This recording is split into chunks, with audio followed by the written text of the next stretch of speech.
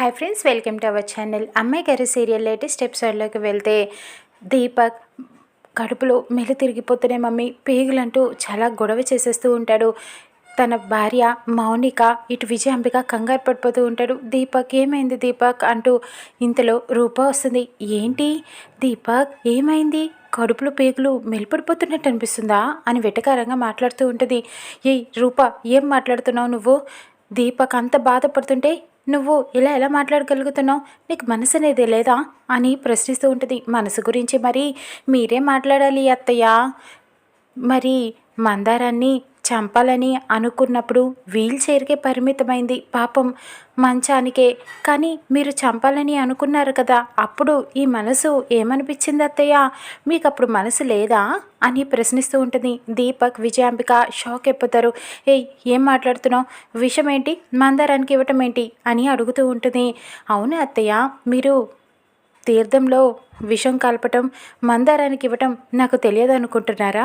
మీకు ఒక విషయం చెప్పనా, అందులో విషం లేదు. మీరు మాట్లాడుకోవటం నేను విన్నాను అత్తయ్య అని జరిగిందంతా చెప్తుంది.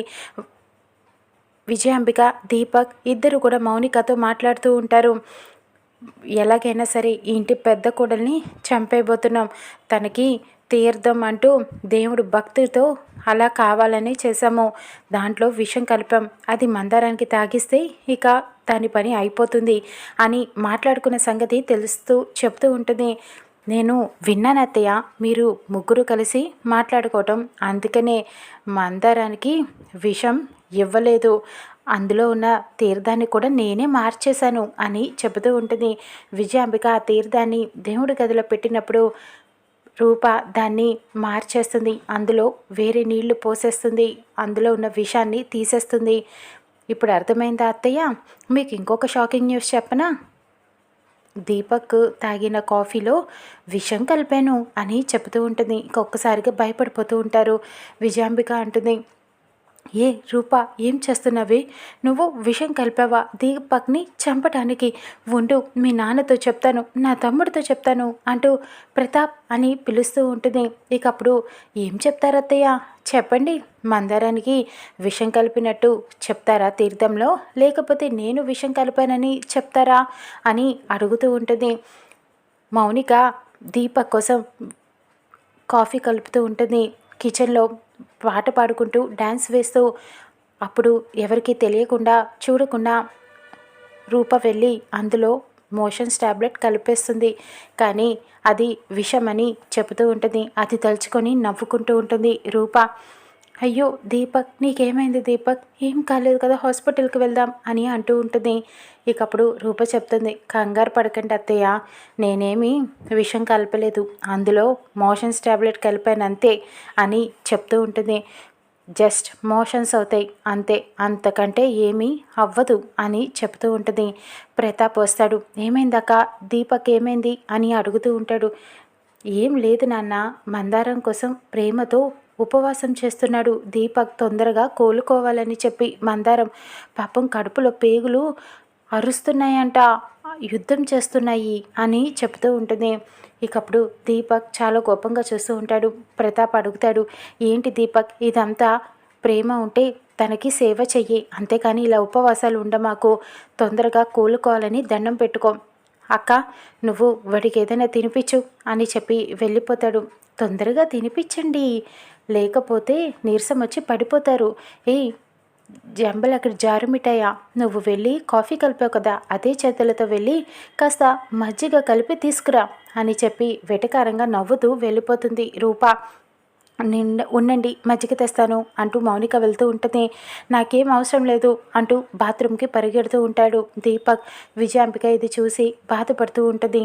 అక్కడ రాజు గుడిలో కూర్చొని ఆలోచిస్తూ ఉంటాడు.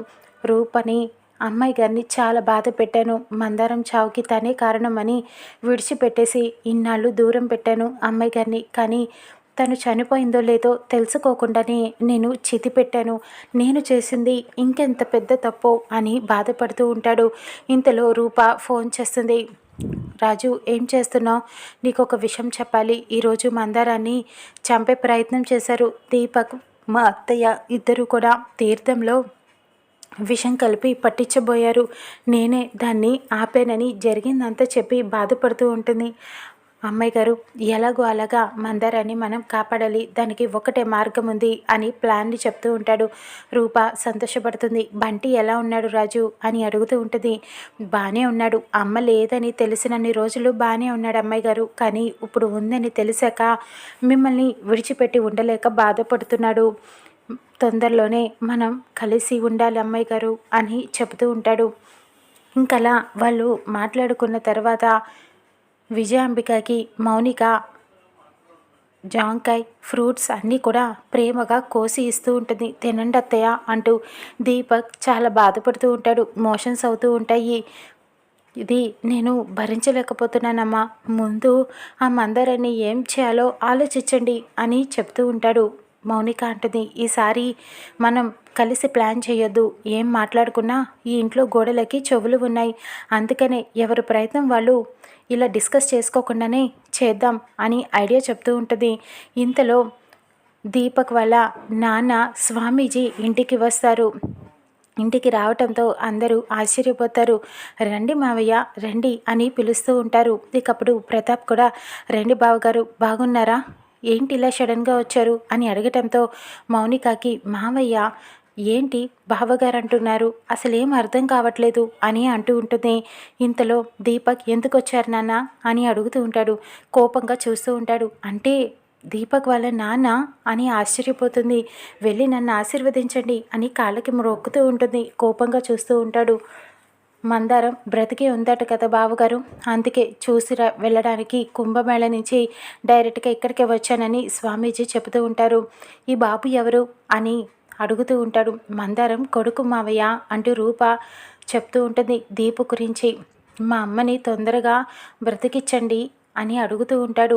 నేను చెయ్యగలిగింది చేస్తాను అని అనటంతో మందారం ఎక్కడ ఉందని రూపని అడుగుతూ ఉంటాడు. రండి మావయ్య తీసుకువెళ్తానని లోపలికి తీసుకువెళ్ళి మందారాన్ని చూస్తూ ఉంటాడు. తన నుట్టి మీద అలా చెయ్యి పెట్టొక్కసారిగా ఏం జరిగిందో తెలుసుకుంటాడు.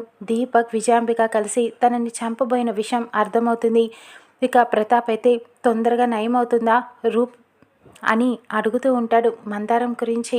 తప్పకుండా నయమవుతుంది, నేను చేయగలిగింది చేస్తాను, కానీ మీరు నాకు ఒక మాట ఇవ్వాలి బావగారు, మందారానికి ఈ స్థితికి రావడానికి కారణమైన వాళ్ళని ఖచ్చితంగా శిక్షించాలి అని అనటంతో, శిక్షిస్తాను బావగారు, నాకు మందారం బిడ్డ లాంటిది, సొంత బిడ్డ కాకపోయినా ఇంటికి ఎంతో చేసింది కాబట్టి నేను ఖచ్చితంగా వాళ్ళని ఎటువంటి వాళ్ళైనా శిక్షిస్తాను అని చెప్తూ ఉంటాడు.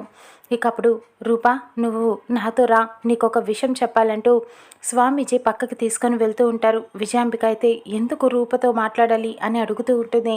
కోపంగా చూస్తూ ఉంటాడు. ఇక రూపకి స్వామీజీ ఏమని చెప్తారు, మందారాన్ని ఎలా బ్రతికించాలో చెబుతూ ఉంటాడు.